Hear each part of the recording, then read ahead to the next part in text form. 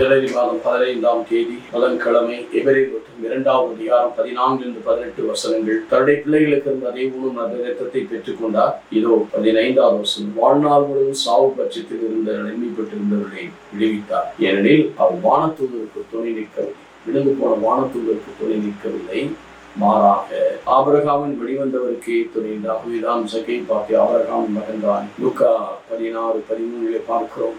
ஆபிரகாமின் மகள் தானே விசுவாசத்தை நமக்கு கொடுத்து அவருடைய சாயலாய் பாவங்களுக்கு நமக்கு துணையாக இருக்கிறார். அவர் நம்மை போல இதனால் சோதிக்கப்பட்டார். 18ஆவது வசனம். இவ்வாறு தாமே சோதனைக்குள்ளாகி சோதிக்கப்படுவதற்கு அவர் உதவி செய்யக்கூடியவராக வேற யாரும் உதவி செய்யும். Known can help. அவர் அப்பாவோ அம்மாவோ கணவனோ மனைவி யாரும் நமக்கு உதவி செய்ய முடியாது. ஆண்டவர் ஒருவர் தான். ஏனென்றால் தாமே சோதனைக்கு உட்பட்டதினாலே சோதிக்கப்படுகிற நமக்கு அவரால் உதவி செய்ய முடியும் என்பதை நாம் அறிகிறோம். அந்த நிலைகளிலே எபிரேயர் 5:8 பார்க்கிறோம். ஆகவே அவருடைய உதவியோடு நம் வாழ்வை அர்ப்பணிப்போம்.